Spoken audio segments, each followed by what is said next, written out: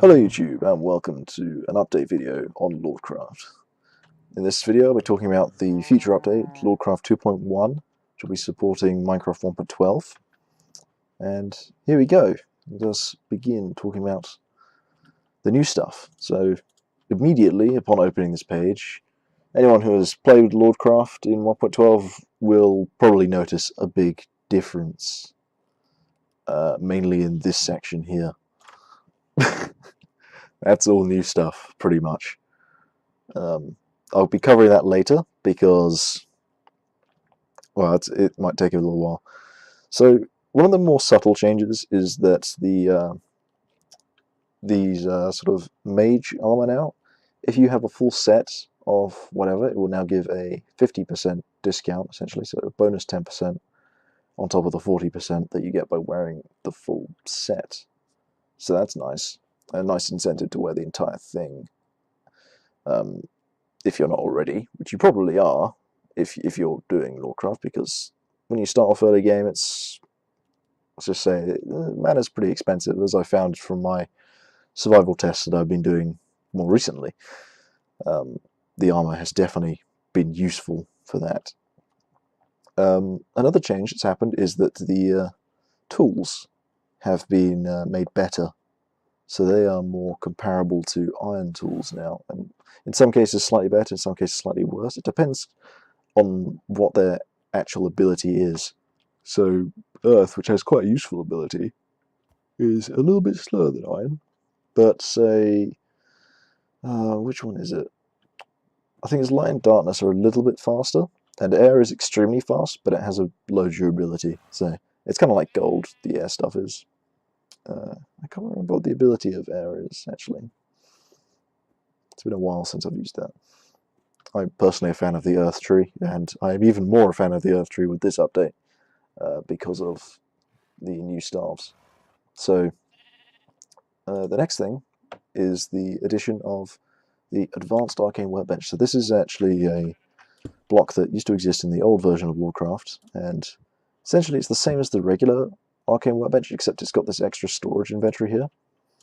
And if I shift click things in, they'll go up here first. And if I want to shift click things out, yeah, we can do that. So I can shift click out here, and it will put it into my inventory. But if I shift click it out of here, it will put it there. And if my inventory is full, so if I do that again, but then I just sort of fill up this area here, and I put in, I will need to actually do that, and then fill in that slot there. If I shift click in there, it should go into here instead. So it will happily keep track of how full your inventory is. And it supports the JEI shift clicking as well, which is quite nice. So it does everything you'd sort of want it to, and if you break it, all the things fall on the floor. So it does keep that, so that's nice. But other than that one difference with the extra inventory slots, it's exactly the same. It has a special research for it, and you just make it with mana-infused ingots around the Arcane Workbench. So it's pretty reasonable. It's actually a shapeless recipe, so as long as you've got 8 ingots and the Arcane Workbench, it will work. So that's good to know. So yeah. Another new feature is these things, the complex crystals. So these are made using the crystallization research, which is also used to make these in the forge with diamond and redstone, to make 8 of these. This has been bumped up from 4 to 8, because after playing in survival mode, I realized how easy it was to get these. So I wanted to make that a little bit more viable. It's still not really viable, but I don't know.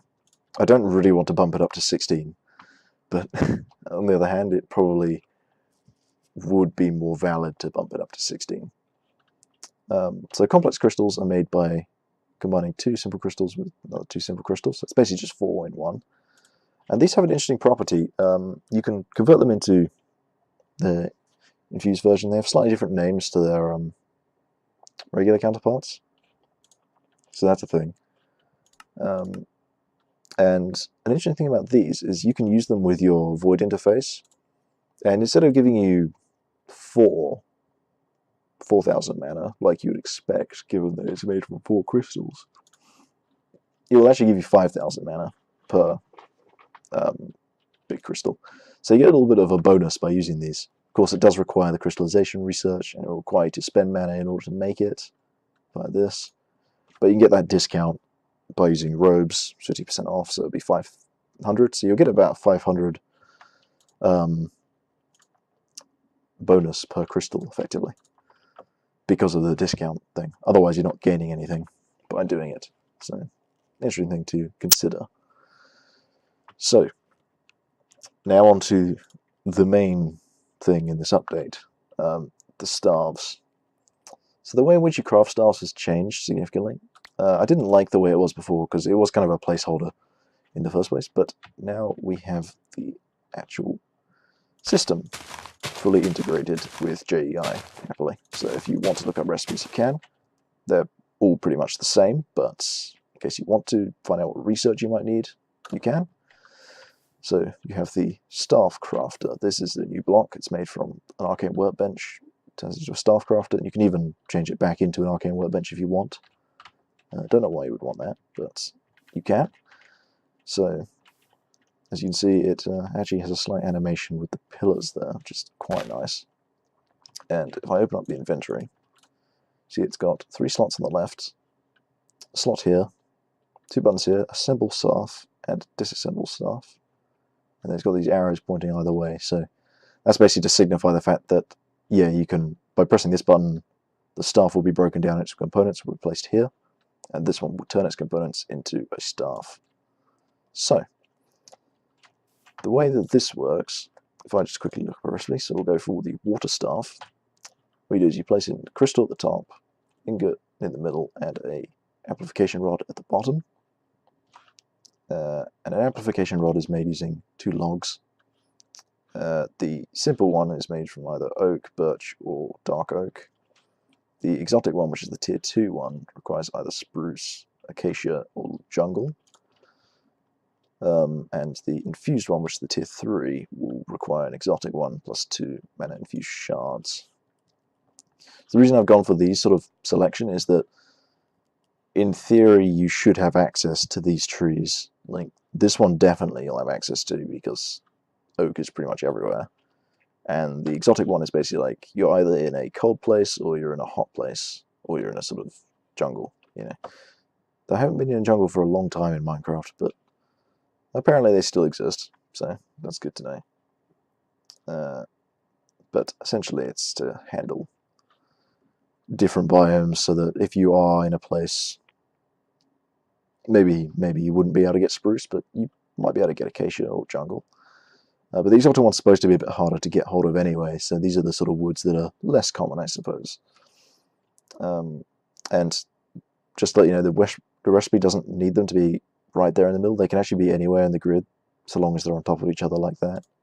So there's something to take note of. Right. So, and then of course you've got the infused one, which is the mana infused shards, which I've shown already. That requires the ultimate staves research. So those researchers are still in, and they have a bearing on this because this actually does require a staff research for it.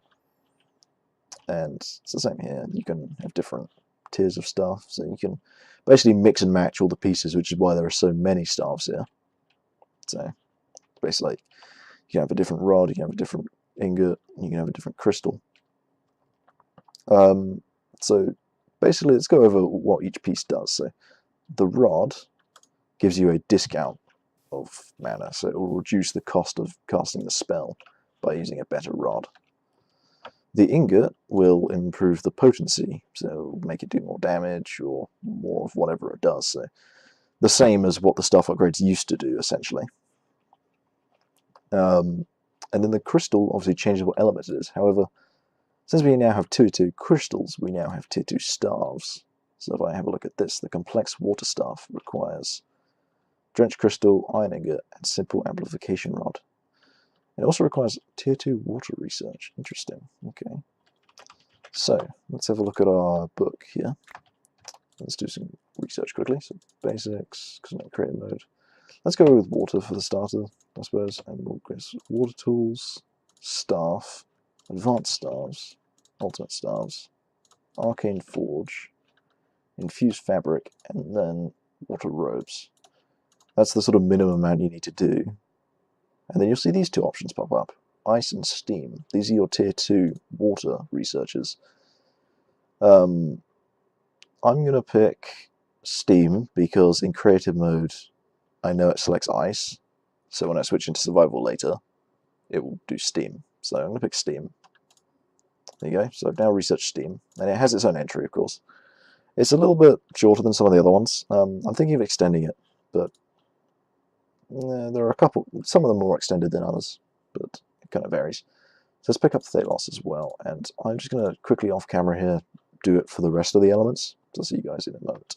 Okay guys, we're back. So I've done the research, and what we've got is plants. So let's start with, so we've done water, it's ice and steam. For earth, it's metal and plants. For fire, it's hellfire and dragon fire. For air is self and other, though currently they're both registered as self. I will be changing that for the release. So this is actually other here, as you can tell from this description, but not from any of the naming it's got. Let's see, what else have we got? We've got calm. So for light you've got calm and corruption. And for darkness you have shadow and void. So let us explain how these tier 2 stars work. So the tier 2 research will work perfectly fine. So let's grab ourselves the complex water staff. So this thing pretty much does the same as the regular water staff, except it applies a different effect. So because I'm in creative mode, it's using the ice effect, which means that it's applying, no longer is it applying frostbite, it's instead applying the effect which I have labeled as hypothermia. So if I can give that to myself. Effect, Cobbs, Lordcraft, and I've got hypotherm, and that gives me hypothermia, which is the same as the other one, except it can actually kill you, because it does withering damage rather than poison damage. So, and of course it slows you just like the other effect does. So it's pretty bad. I'm going to type in my name. So that's what that does. It also does a little bit more damage just up front, because it's a bit more expensive. So that's the same for all 3 of the upgrade tiers. So let's grab this. It just applies a stronger potency effect. In fact, it can one-shot zombies pretty much, you know, at this rate, because it does a lot of damage. Of course, it still has the AoE effects as per usual. So that's that. So that is the ice tree within water. Next we move on to my personal favourite, which is Earth. Now Earth, again, isn't designed for fighting. You can fight with these staves. They do have attack damages when you punch with them or whatever, or swing. They do have a sweep attack, because they are registered as swords. So that does work. But the thing that Earth does, if I right-click on the ground here, instead of digging a hole like the previous version did, it will instead find ores within I think it's a 5x5x5. Well, it's a 5 block radius of my character in any direction. It will mine them, and it will add them. Well, it will mine them and literally drop them on top of my head. So that's the Earth Staff. Now, of course, this is the basic Earth Staff, and just like the previous version, the mining level increases when it gets stronger. So if I grab this one out, you'll see that actually there's nothing to dig here. But seeing how I got some iron, that's good.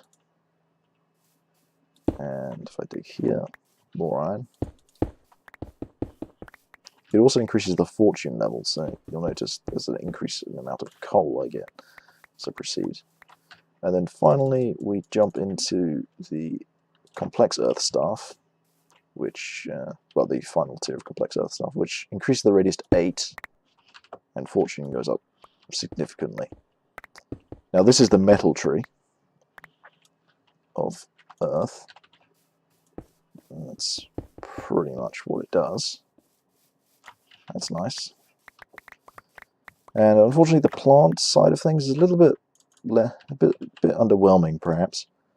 So if I check out the nature side of things by going, I can't do it now, can I? Because I'm in create mode. I'll do that later when we go into survival. So jumping into fire, we will check out the complex fire tree. So as you can see here, the fire staff looks a little bit different to its previous counterpart. It's got a hovering crystal there and some embedded crystals on the side of the claw there. This does pretty similar to before. This is the Dragon Fire upgrade, and basically does more damage and sets things on fire. I believe it has an increased area of effect as well, but mainly it just does more damage, both up front and the fire burns for longer. So that's important to note, and we'll go right to the final tier because I don't think it's that interesting particularly.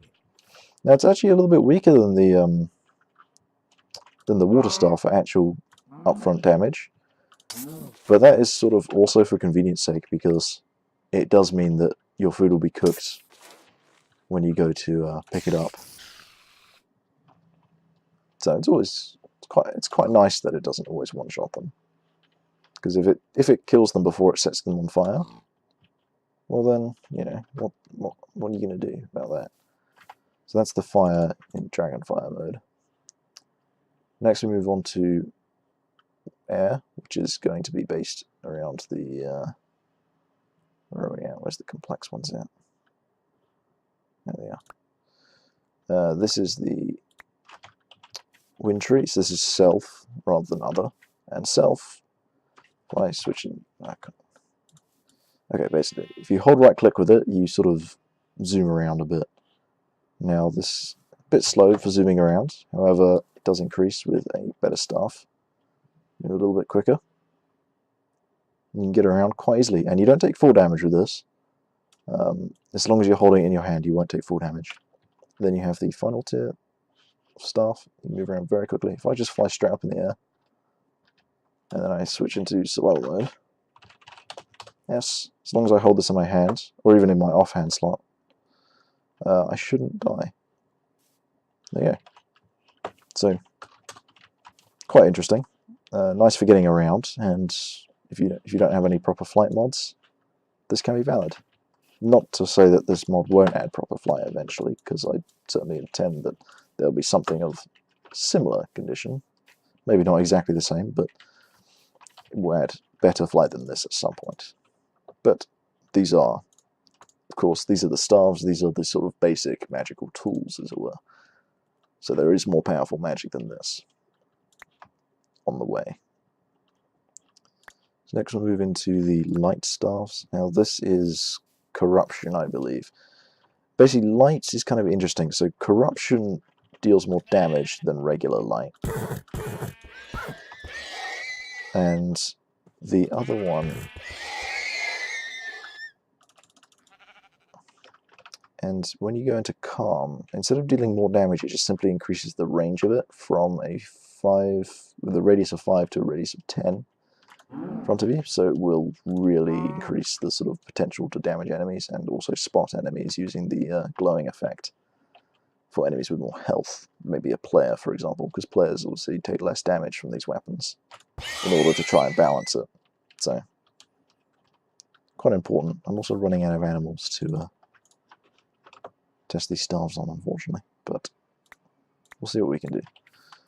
So then we have the dark staves. So darkness is another interesting one in that I actually redesigned the original dark staff, by the way, so if I just show you that here, the dark staff now looks like this, which gave way for the new dark staff, which looks like that for the complex one, which is kind of like what the old one used to look like, but a bit more bulky.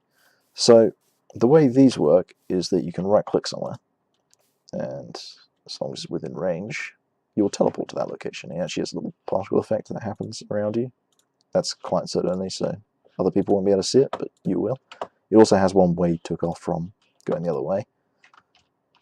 So that's a thing. Now, the higher tier one lets you go a little bit further than that. It's not always 100% accurate because it's the Minecraft ray tracing, which doesn't always work. It's sometimes why projectiles don't always appear to be where they are in the game. And this is basically the same system.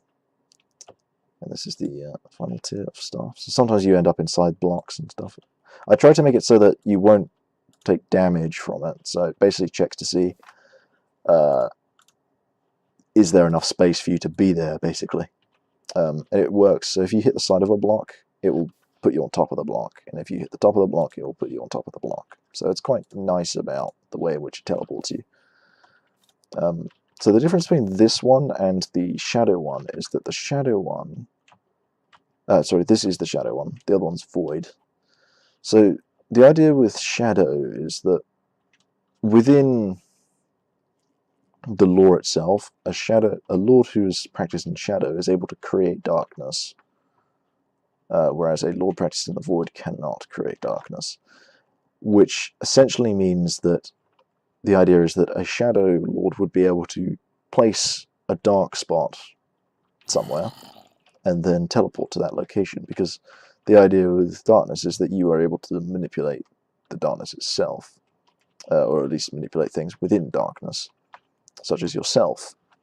As such, you are able to teleport between two spots that are dark. However, a Shadow Lord can place darkness in the world. He can absorb light from what's there, and thus teleport anywhere he wants, pretty much. However, a Void Mage can't place darkness in the world, which means he can only teleport to dark places. So, you know, places, in this case, with a light level of 7 or under, so anywhere mobs can spawn, basically.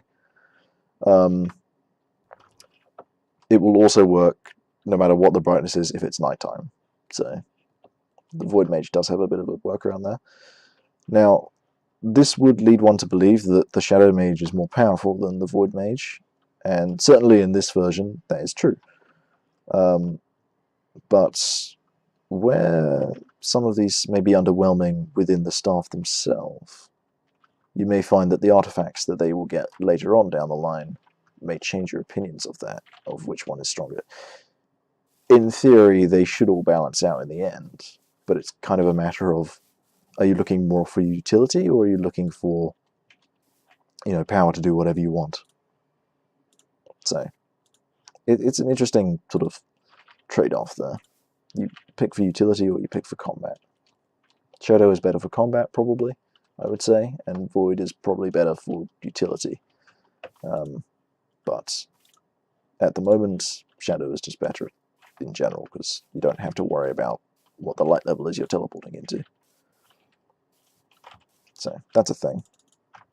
So if I now pop down a, what's it called, a void interface, yeah, and I just get a whole bunch of siphons in here so that we can just get on with things. I'm just going to fill up a bunch of mana in here so that we can just get on with everything that's happening. And from there we will see what we can do. So I'll be right back once I've filled up all of these. Okay, so I've just filled up this stuff and get myself a little bit of equipment that I'll need for this. So let us talk about these other things when we actually find a mob that I can use this water staff on. It would appear I cannot find one, so I'm just going to summon some mobs. Spawn. Let us spawn some spiders, because they don't die in the sun.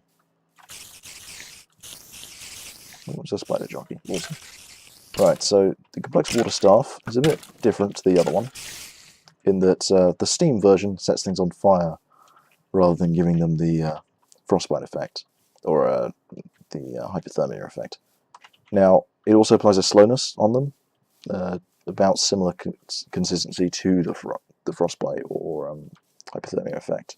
So it's pretty deadly, however you look at it. So it's a pretty effective means of defeating your enemy. The Earth Staff is a bit different now. It's a bit underwhelming for the plant side. So if I pop down some soil here, I can plant these down, and I can right-click on them with my staff to essentially apply bone meal to them at a cost of a bit of energy, which I can check using my Void Eye if I want. So it's not a huge amount, but it's there. Doesn't use much energy for this. It's a lot cheaper than the other one.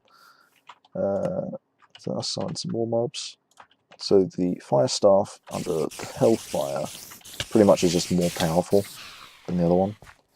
Still not as strong as the Water Staff, and yeah, Fire will make up for it in other places. don't worry. 4 more spiders, and use the air staff on them. So the air staff, when attuned to other, is basically just a more powerful version of what it was. And it has an increased range on it, so that you can hit mobs much further away from yourself, and cause them to fall a lot further as well. Because obviously their angle of distance is based, well, the angle of direction is based on their position relative to you, so with that you can hit them a lot further. They have the light staff, when upgraded into the calm tier. Still does a lot of damage, but now has an increased range over the corruption tier, but does a little bit less damage. So let's see if I can hit that creeper from here, so that's pretty good. Pretty good range. And then of course darkness, it's nighttime, so this will work perfectly. Have I actually got the animation working for this yet?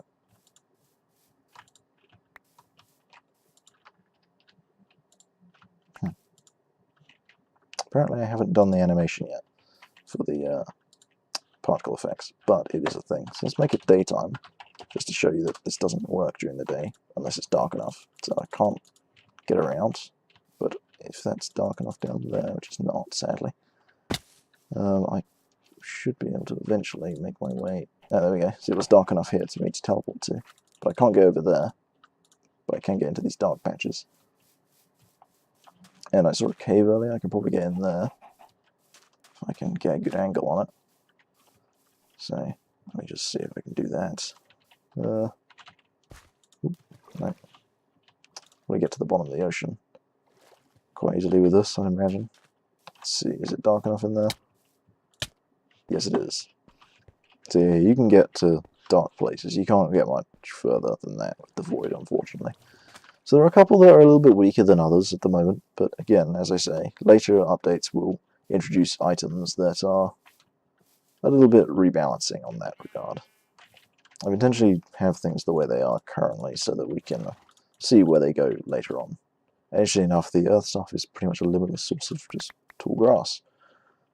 Don't know why you'd want it. Can't do much with it, certainly. You can plant it, I suppose, and get seeds. Or just decorative, I suppose, without needing shears. Okay. It's an interesting little fact that exists, I suppose. Kind of a bit pointless, but hey, it's a thing. So anyway, I hope you guys enjoyed this episode. This update to Lorecraft. I look forward to probably releasing it later today, I'd imagine. I just need to tweak a couple things, fix the naming on a couple items, and add the animation in for the particle effects on the void staff. But other than that, I think we're pretty much good to go for this update. How long did that take me to cover that? 28 minutes. That's pretty reasonable. So, lots of new things to try out. It certainly expands the staffs. Actually, something you should know is the fact that any staff that isn't the basic tier, so if you only had the basic tier staffs that existed before, you keep those, but any higher tiers, so the advanced staff or the ultimate staff, unfortunately those are lost with this update because of the way I've changed things to use metadata. So interestingly enough, these staffs only actually use 6 ID values for the entire set, despite the fact there's 108 staffs there. Which you can tell from the Staffcrafter recipes, which has 54 pages, and there's 2 on each page. I feel I haven't actually shown you the crafting mechanism, so let's get a Starcrafter down. Bam. Let's just pop in a crystal, a rod, and a ingot, and I press assemble staff, and it goes, complex air staff. I can disassemble it quite easily, and it will give me my stuff back. Put this one in, which I got from creative mode, and it will allow me to disassemble it. Doesn't cost any mana to do that, so don't worry about that.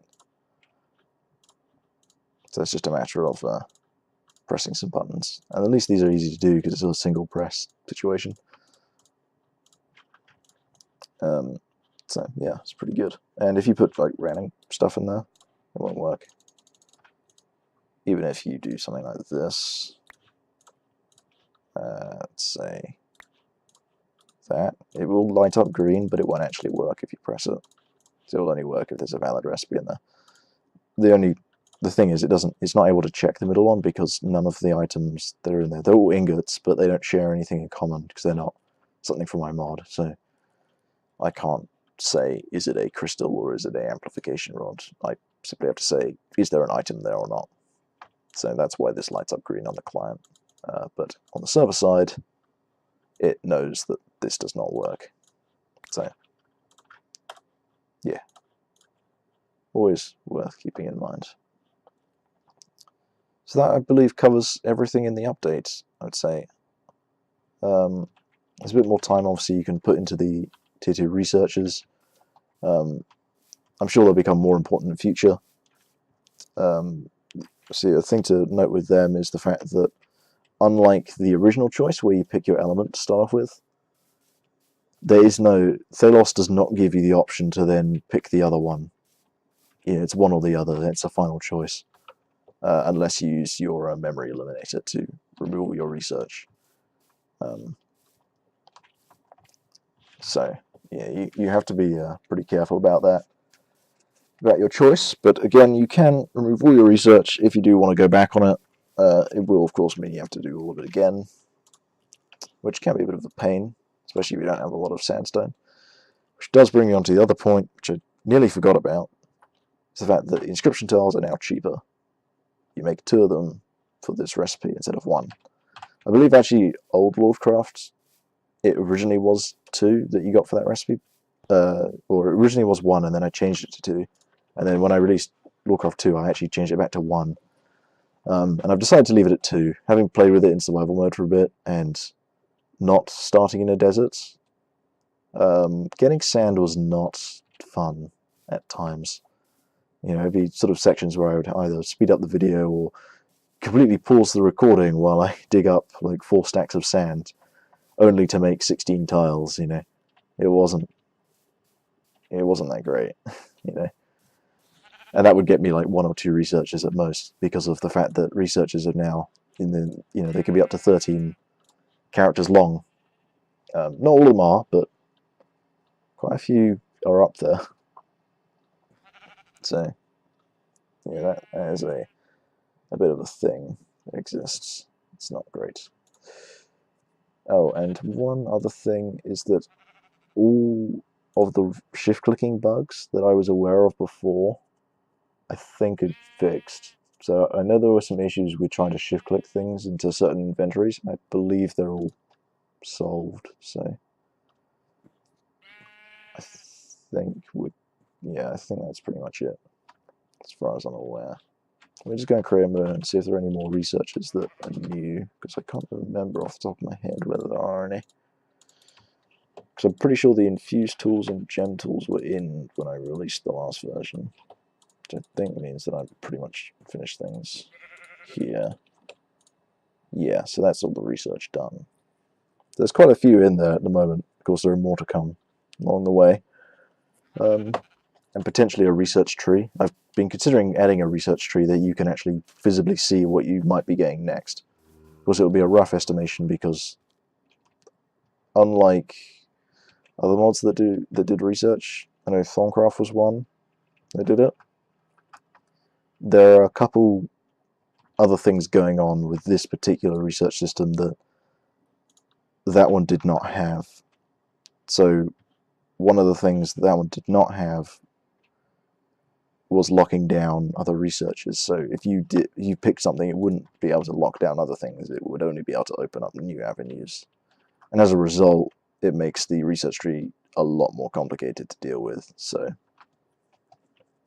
it will be very rough as to what's going on, but it will give you an idea as to what you might have to do in order to get your next research. So that's a thing that I've actually had pointed out to me that people would like to see, and something that I agreed I wanted to see. And I have said to them pretty much that exact thing when they brought up Thorncraft originally. So that was yeah, that's my response pretty much. It's not quite the same. So, I hope you guys enjoyed this update video on Lordcraft.